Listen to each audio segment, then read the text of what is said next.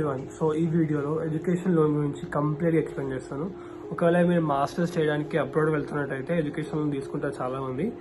So ఆ education loan గురించి ఏం డౌట్స్ లేకుండా ఒక కంప్లీట్ వీడియోలో మీకు ఎక్స్ప్లెయిన్ చేస్తాను. సో ఎడ్యుకేషన్ లోన్ గురించి ఒక 5 పాయింట్స్లో ఎక్స్ప్లెయిన్ చేస్తాను.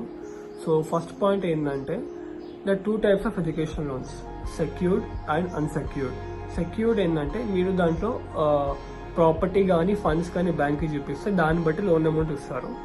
బట్ అన్సెక్యూర్డ్ లోన్లో ఏంటంటే మీ కోఆప్లికెంట్, మీ మదరో ఫాదరో మీ బ్రదరో వాళ్ళ శాలరీ స్లిప్స్ కానీ లేదంటే వాళ్ళ బిజినెస్ కానీ చూపిస్తే దాన్ని బట్టి లోన్ ఇస్తారు.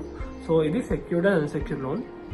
సెకండ్ పాయింట్ ఏంటంటే 2 terms ఉన్నాయి ఎడ్యుకేషన్ లోన్లో, rate of interest and processing fee. Rate of interest ఏంటంటే మీరు తీసుకున్న లోన్కి ఎవ్రీ ఇయర్ ఒక ఇంట్రెస్ట్ అనేది యాడ్ అవుతూ ఉంటుంది.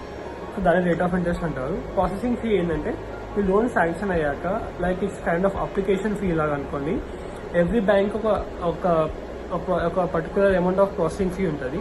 లైక్ ఈ బ్యాంక్కి 1% ఆర్ ఈ బ్యాంక్కి 0.5%. It depends on the bank. Point ఏంటంటే మార్కెట్లో చాలా బ్యాంక్స్ ఉన్నాయి, like public bank, private bank and NBFCs. Examples of public bank ఏంటంటే ఎస్బీఐ వస్తుంది, Punjab national bank, union bank, ఇవన్నీ పబ్లిక్ బ్యాంక్స్ కిందకి వస్తాయి.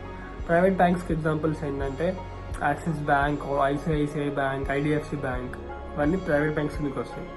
అండ్ ఎన్బిఎఫ్సిస్ బ్యాంక్స్ అయితే లైక్ పిరమల్ ఫైనాన్స్, అవాన్సే, హెచ్డిఎఫ్సి క్రెడల్లా, ఇవన్నీ ఎన్బిఎఫ్సిస్ కిందకి వస్తాయి.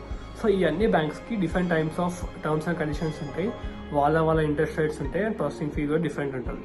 సో ఈ అన్ని బ్యాంక్స్లలో మీరు ఏ బ్యాంక్ చూస్ చేసుకోవాలి అని ఒక బేసిక్ అండర్స్టాండింగ్ ఇస్తాను. ఒకవేళ మీరు ప్రాపర్టీ పెడదాం అనుకుంటే బ్యాంక్కి, so go with government banks like SBI కానీ యూనియన్ బ్యాంక్ కానీ. బికాస్ ఏంటంటే వాళ్ళు ఆ ప్రాపర్టీ పైన తక్కువ రేట్ ఆఫ్ ఇంట్రెస్ట్ ఇస్తారు, లైక్ 9% or 8% మేబీ.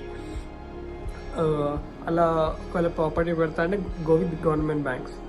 అలా కాదు, నాకు నాన్ కొలాటరల్ కావాలి అంటే without property like father or mother pay slips పైన లేకపోతే బిజినెస్ పైన లోన్ కావాలి అంటే private banks is the better option.